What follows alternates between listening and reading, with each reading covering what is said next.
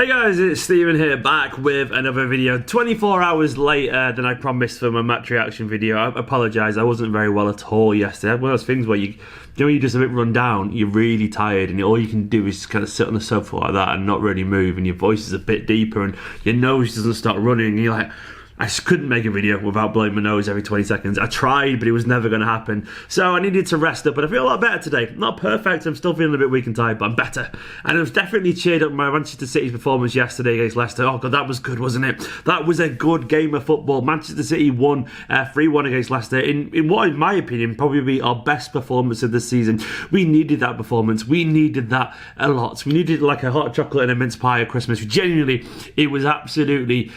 Oh, it was reassuring. It was just such a warm blanket of a performance. Like, it really, really felt like watching Manchester City answer a few questions that have been thrown at them recently. There's been lots of concerns that in general that maybe Guardiola's been a bit tetchy, that maybe he won't be here next season, maybe the players have stopped responding to him. Well, if there was any doubts about the hunger of these players, if there was any doubts about the motivation, this was put to bed quite definitively. Honestly, I thought City were that good that you can see that the players still clearly want to play for Guardiola, and then maybe all we do require in the summer is just a few tweaks here and there to be back to this kind of steamrolling thing that Manchester City usually are.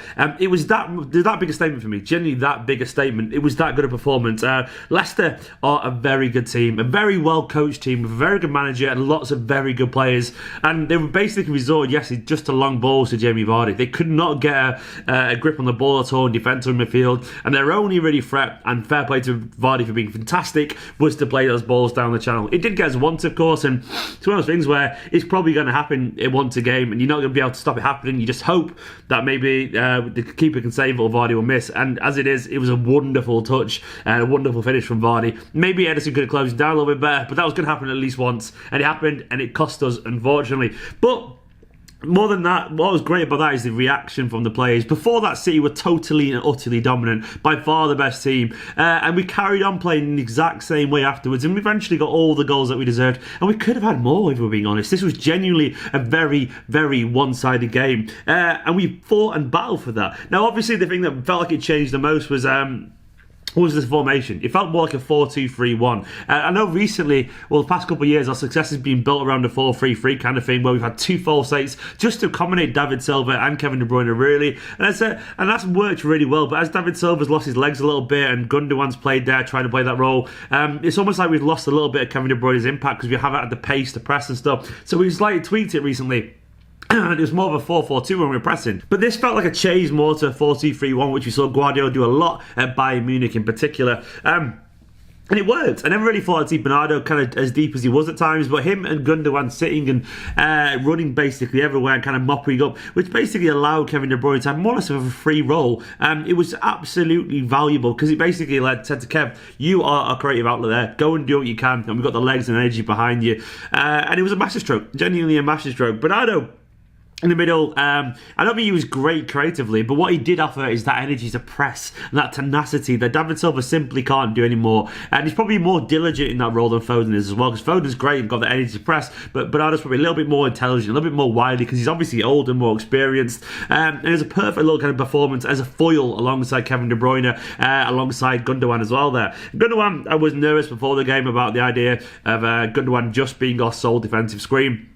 As it turned out, we didn't really need a midfield because Leicester, because we pressed so high, because we got Bernardo and everyone else kind of just pressing really well, Leicester basically bypassed their own midfield and just kind of went down the channels. So it didn't really matter. They weren't really running at us through the middle. So having Gundogan there, who kept the ball really well, kept things ticking over, it seems to be a little bit of a masterstroke by Pep thinking, basically, we can't really stop the counter if he goes down the channels, so we may as well have someone who's excellent at controlling the ball in the middle and bring our own strengths to the fore. And it works, and fantastic. And obviously Gundogan as well took a great penalty, a good performance from Gundogan alongside Bernardo, who it basically gave us the energy and the desire to really allow someone like Kevin De Bruyne the freedom, and Mahrez as well, to do what they want. Mahrez was absolutely fantastic as well. Mahrez had Chilwell on toast. It was such a Mahrez performance, like just loads of skill, loads of things. The odd bit where he's frustrated, where he should have passed. Obviously got the goal as well, which he kind of earned with a little bit of luck. It's just a proper Mahrez performance, really. Skill, sometimes a bit frustrating, sometimes brilliant, but he's just a winger. I think that's what Mahrez is, you know. Sometimes he can be brilliant, sometimes he can not pass, but that's Mahrez in a nutshell. But if he's determined as he is in that game every single week, I don't care if he sometimes doesn't pass the ball, because He had Chilwell on toast, and Chilwell's a very, very good left-back, as we know, but he couldn't get anywhere near Mahrez.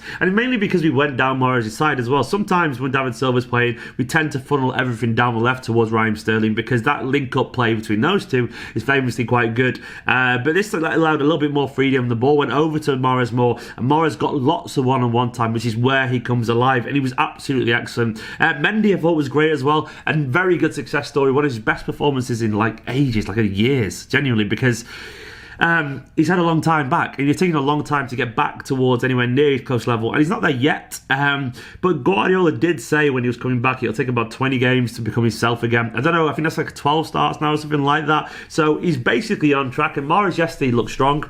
Yeah, he was confident in his dribbling. He played some lovely kind of inside firm passes, like on the ground crosses, but not quite in the area. Mendy does that really well in particular. Created a few chances as well. I think he got an assist technically for Mahrez' goal, did he? I can't remember. Either way, Mendy was good. He was strong. He looks more assured in his skin with every single passing game. He looks a little bit more kind of physically capable. He's trusting his legs a little bit more. He's kind of really stretching out into those sprints. And it's a really encouraging sign. If he keeps getting better, and I'm sure every now and then he'll go like that, but then he will have a poor game. But he'll go, hopefully, get his confidence again, and he'll kind of go like that and like that. And like eventually, hopefully, we should find something whether he's closer to his previous level. Whether he'll be as fast as he was, I don't quite know yet. But all I know is that he's clearly starting to trust his body more. He's clearly starting to look more confident. Kevin De Bruyne, what more can be said about that guy? Genuinely, just like the glasses are off, because you know I need to focus on Kevin De Bruyne here. He was mesmeric, genuinely mesmeric. I remember a few people on Twitter a few months back going, "Oh, I'll be seeing peak Kevin De Bruyne now. Is that it? I'll be lost him in the past because he looked a bit leggy or whatever."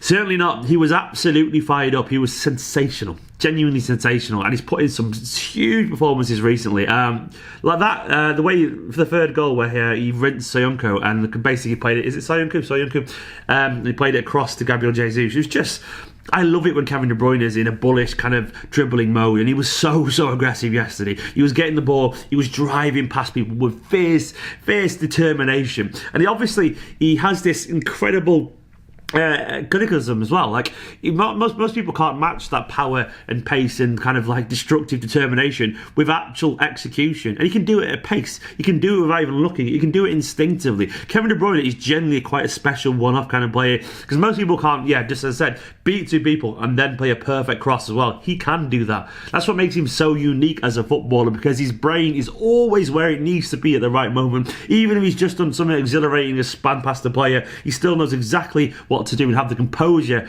it takes to make the perfect pass. Kevin De Bruyne yesterday was just like on fire. He was a captain, he was tenacious, he was a man absolutely possessed, and we get him on that form, you generally can't get near him. He's genuinely easily the best player in the Premier League on that form. Genuinely no one can change a game anywhere near as good, and that includes Mane, Salah, Raheem Sterling, David Silva, all these players, Bernardo.